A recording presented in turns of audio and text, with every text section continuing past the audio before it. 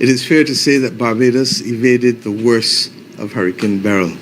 Indeed, as predicted, it passed 80 miles south of the country, and therefore what we got was predominantly tropical force, sustained tropical storm force winds with hurricane gusts.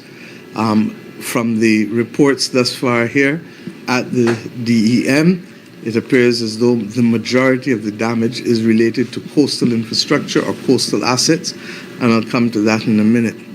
I want to thank all Barbadians for obeying, for the most part, the requirements to stay off. I did notice, however, that there are some who continue to go out, and I think the Minister dealt with that earlier, and we really do need to begin to understand that when we do that, we put potentially at risk the lives of the emergency personnel, who then not only are their lives at risk, but if they are required somewhere else that is even more demanding, then of course we have a problem. With respect to the coastal damage, it appears as though, and I'm going to leave here and go to visit firsthand, but the preliminary reports suggest that there has been significant damage to fishing vessels, with a large number, probably as much as 20 that may have sunk, and a significantly larger number of them with damage. I'll speak later to the country when I visit it firsthand. We have reports of a number of other vessels that have sunk.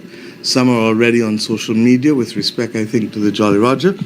And I had a report also on the Dream Chaser that has also sunk to the bottom of the harbour. We are having challenges with a few other vessels as we speak, and I will wait to update you when we get down to that side. There are two areas of Highway 7 that are impassable. The area between Blakey's and Hastings, right there where the old Caribbean, where the new hotel is building, going to just south of KFC. And then I'm told also there are two small fishing boats that would have come across the road with respect to Oystins.